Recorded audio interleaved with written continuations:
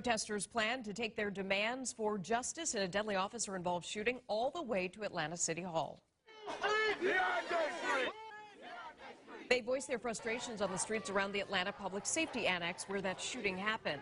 Channel 2's Matt Johnson is live in northwest Atlanta, and Matt, the shooting victim's family told you they still have a lot of questions.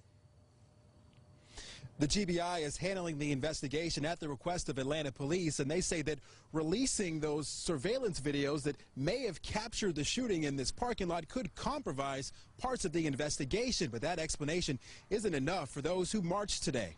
I will not rest until we find out what happened to our grandson. Deborah Hall is one of the nearly 100 people who came to northwest Atlanta Saturday calling for justice.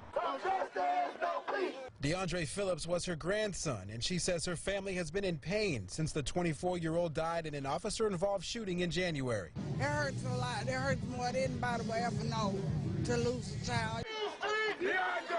Protesters started at English Park in the afternoon and marched toward the Atlanta Public Safety Annex on Donald Lee Hollowell Parkway,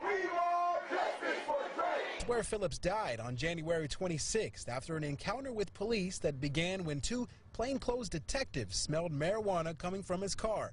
Police say Phillips tried to drive away with the detective partially in the passenger side, so the detective opened fire.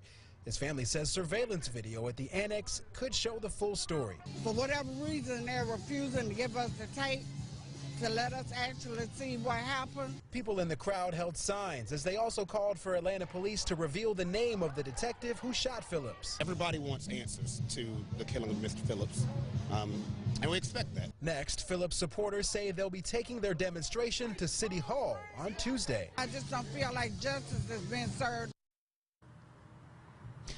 From the law enforcement side, police say a gun was recovered from Phillips's vehicle and also that he had a long criminal history. But once the GBI wraps up their investigation, their evidence will be turned over to the Fulton County DA's office for their investigation. Live in northwest Atlanta, Matt Johnson, Channel 2 Action News Night Beat.